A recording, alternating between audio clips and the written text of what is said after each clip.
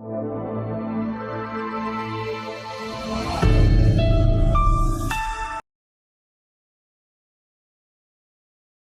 dear learners, how are you all? I hope you all are good. So students, today we are going to read Vani English Grammar Champion Grade 7. आज हम start करेंगे chapter number 11 जिसका नाम है future indefinite tense, सामान्य भविष्य काल। So start करते हैं स्टूडेंट्स। फ्यूचर इंडेफिनिट टेंस में एफर्मेटिव सेंटेंस में कैसे टेंस को हम फॉर्म करते हैं तो उसके बारे में हम पढ़ेंगे। निम्नलिखित उदाहरणों को ध्यानपूर्वक पढ़िए। तो यहाँ पर कुछ एग्जाम्पल्स आपको दिए गए हैं, इन्हें हमें पढ़ना है। मैं घर जाऊँगा, I shall go to the house. वे एक मैच खेलेंगे, they will play a match. वह एक पुस्तक खरीदेगी, she will buy a book. तुम एक गीत गाओगे, you will sing a song. Shyam गाना गाएगा, Shyam will sing a song. तो जैसे कि आप देख पा रहे हैं, मैं घर जाऊंगा, मैच खेलेंगे, पुस्तक खरीदेगी, तो यहाँ पर फ्यूचर के बारे में बात हो रही है, यानी कि ये जो काम है आने वाले समय में होगा। पहचान क्या होती है इनकी? फ्यूचर इंडेफिनिट टेंस के हिंदी वाक्यों के अंत में गा, गे, गी आदि शब्द लगे होते हैं। गा, गे, गी आदि शब्द लगे होते हैं। इस काल में कार्य का भविष्य में होना पाया जाता है। अनुवाद के नियम क्या हैं? फ्यूचर इंडेफिनिट टेंस के हिंदी वाक्यों के अंग्रेजी अनुवाद करने के लिए हम विल या शैल को क्रिया की प्रथम अवस्था से पूर्व लिखते हैं। यदि कर्ता आई या वी है तो शैल तथा क्रिया की प्रथम अवस्था का प्रयोग करते हैं, और अन्य सभी कर्ताओं के साथ विल तथा क्रिया की प्रथम अवस्था का प्रयोग करते हैं। यानी कि अगर सब्जेक्ट हमारा आई या वी है तो हम शैल का यूज़ करेंगे और बाकी सबके साथ विल का यूज़ करेंगे। वाक्य का प्रारूप क्या होता है? फॉर्मेट देख लेते हैं। सब्जेक्ट प्लस विल और शैल plus first form of verb plus object. तो ये आपका फॉर्मेट रहता है सेंटेंस बनाने का। तो एक्सरसाइज देखते हैं। निम्नलिखित वाक्यों का अंग्रेजी में अनुवाद कीजिए। हम सिनेमा जाएंगे, we will go to cinema. Vaishali school में पढ़ाएगी, Vaishali will teach in school. वह नदी में सोमवार को तैरेगा, he will swim in river on Monday. हम गरीबों की सहायता करेंगे, वी शैल हेल्प पुअर। वह तुम्हारी सहायता करेगी, शी विल हेल्प यू। मैं फल खाऊंगा, आई शैल ईट फ्रूट्स। वे कल पतंग खरीदेंगे, they will buy kites tomorrow. वह गंगा में स्नान करेगी, she will bath in Ganga. Kavita पुस्तक पढ़ेगी, कविता विल रीड बुक। अब मैं तुम्हें पढ़ाऊंगा, now I will teach you. तो इस तरह से हम सेंटेंस को बनाएंगे। नेक्स्ट एक्सरसाइज है, निम्नलिखित वाक्यों का हिंदी में अनुवाद कीजिए। So Ram will play cricket, Ram cricket खेलेगा। He shall do this work, वह यह काम करेगा। You will write a letter, तुम एक पत्र लिखोगे। We shall call a doctor, हम एक डॉक्टर को बुलाएंगे। शी विल डांस टुनाइट, वह आज रात नृत्य करेगी। शी विल हेल्प हर, वह उसकी सहायता करेगी। आई शैल लर्न माई लेसन, मैं अपना पाठ याद करूँगा। And you will take my pen, तुम मेरा पेन लोगे। तो इस तरह से आप इंग्लिश टू हिंदी ट्रांसलेट करेंगे। आगे देखते हैं नेगेटिव सेंटेंस कैसे फॉर्म होते हैं इसमें। नेगेटिव सेंटेंस, अब यहाँ पर कुछ एग्जाम्पल्स हैं, इनको पढ़ते हैं पहले। मैं मंदिर नहीं जाऊँगा, I shall not go to temple. वे नहीं जाएंगे, they will not go. Harish गाना नहीं गाएगा, Harish will not sing a song.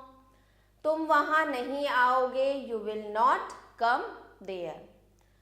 तो अनुवाद के नियम क्या होते हैं? फ्यूचर इंडेफिनिट टेंस के नेगेटिव वाक्यों का अंग्रेजी अनुवाद करते समय विल शैल के बाद क्रिया की प्रथम अवस्था से पहले अर्थात दोनों के बीच में नॉट लगाते हैं। जैसे आप यहाँ देख सकते हैं, आई शैल नॉट गो, तो यहाँ वर्ब के और शैल के बीच में हम नो या नॉट का यूज करते हैं। कभी नहीं वाले वाक्यों में अंग्रेजी अनुवाद में नेवर शब्द का प्रयोग करते हैं, तो कभी नहीं के लिए हम नॉट नहीं लगाएंगे, नेवर यूज करेंगे। वाक्य का प्रारूप क्या होता है? फॉर्मेट सब्जेक्ट प्लस विल और शैल plus not plus verb, first form of verb plus object.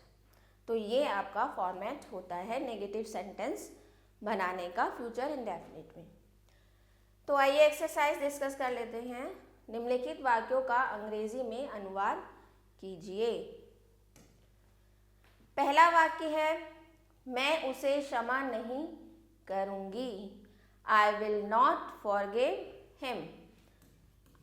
I will not forgive him. तुम मोहन के साथ नहीं खेलोगे।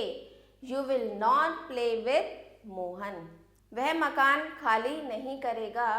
He will not leave the house. Police इस बदमाश को नहीं पकड़ेगी। The police will not catch this thief. कल वर्षा नहीं होगी। It will not rain tomorrow. हम झूठ नहीं बोलेंगे। We shall not tell a lie. तुम नदी में नहीं तैरोगे। You will not swim in river.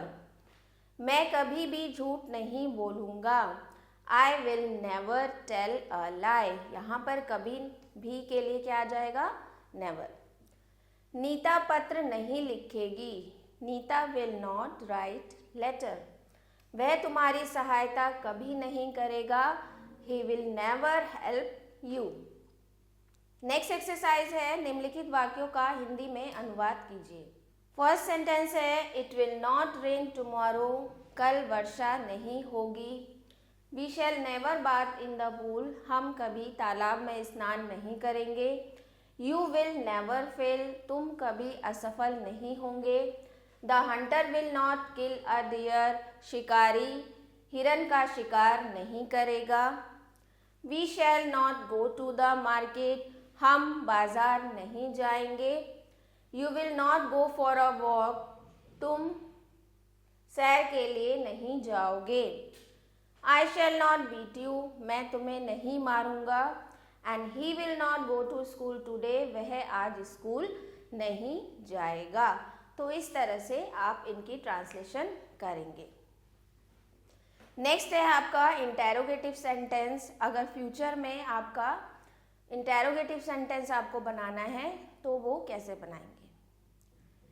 निम्नलिखित उदाहरणों को ध्यानपूर्वक पढ़िए। क्या वह यहाँ आएगा?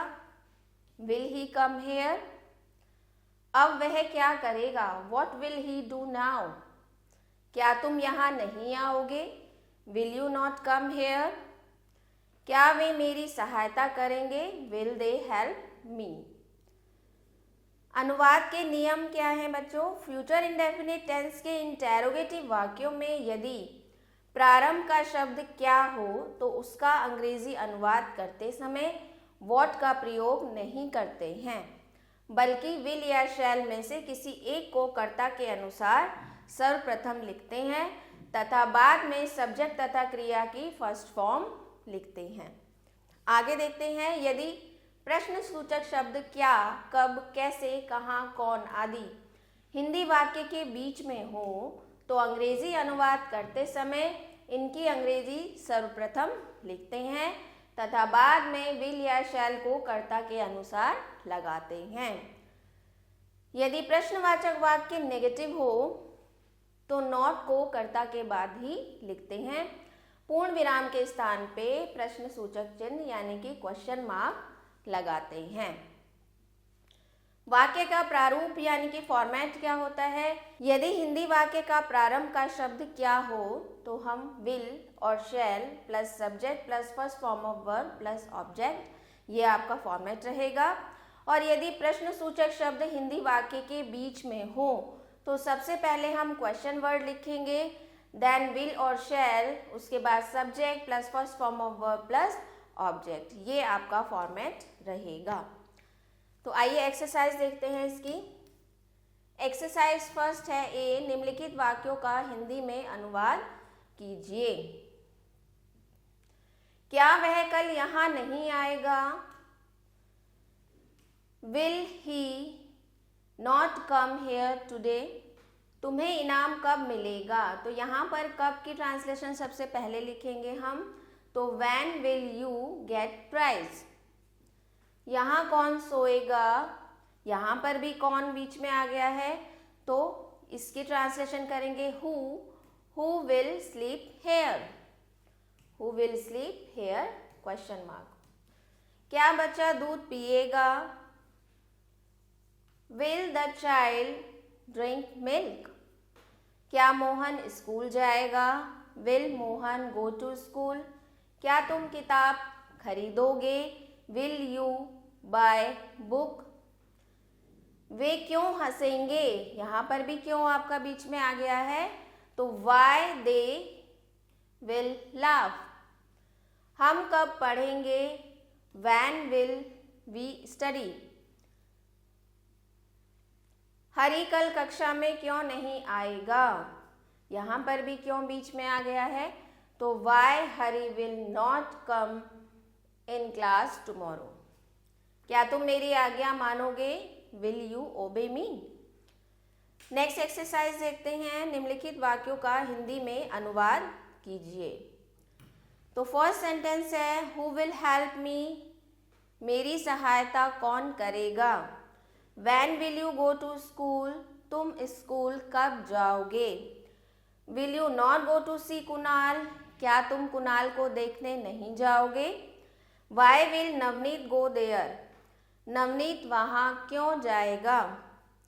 Who will go back? कौन वापस जाएगा? Where will he sleep?